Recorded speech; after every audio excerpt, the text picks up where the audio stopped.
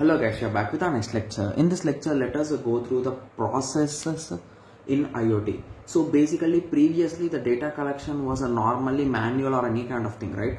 Yes. So but after the introduction of IoT, it can be automated, right? So all the data can be collected automatically and can be transferred. Okay. So these are the popular processes, guys. The first one is nothing but the adaptive event process.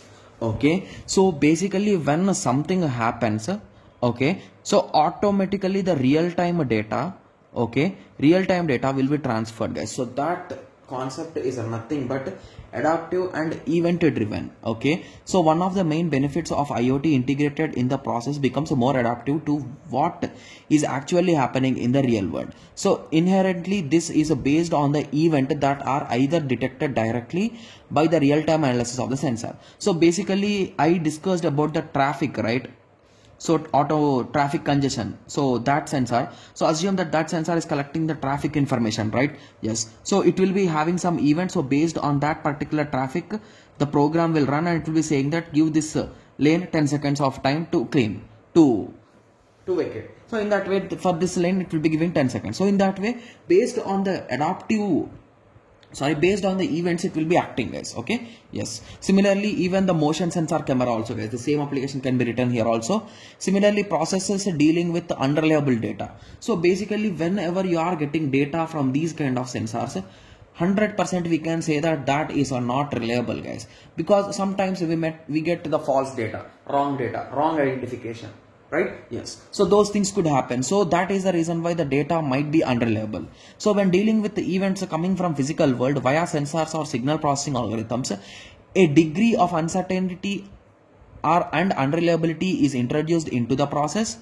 Okay, if a decision in a business process are to be taken based on the events that are uncertainty, so basically you should predict some things, guys. So whenever there is any kind of uncertainty, you should predict them, so that you will be making them, or you will be trying to make them to be a correct ones, right? So that is coming here, guys. Okay, similarly, sometimes the resources which you are using, they only get uncertainty, so even they could also face into uncertainty, guys. Okay, so the resources which you are using, so that could be a sensor, that could be a device, or that could be anything. So even they could get damaged, or they could give false information always. Okay, similarly, highly distributed processes. Okay, so when interacting with some kind of a big processes, you can break your particular process or a process into multiple parts, and you can distribute among multiple devices, and they can run it parallelly and they can execute it, right? So that comes under the highly distributed processes, guys. Okay, yes, so I explained you the basic outline of the things, guys. If you want theory, you can just go through this PDF or the other PDF which I have shared. Okay, yes, so I hope everyone got a clear idea on this. So in the next lecture we'll be discussing about the database management, guys. So how the data collected from the IoT can be stored, so what are the different formats, and all those things we'll be discussing here. Okay, in the next lecture. Okay, yes, so let us meet in the next lecture. Thank you, thanks for watching.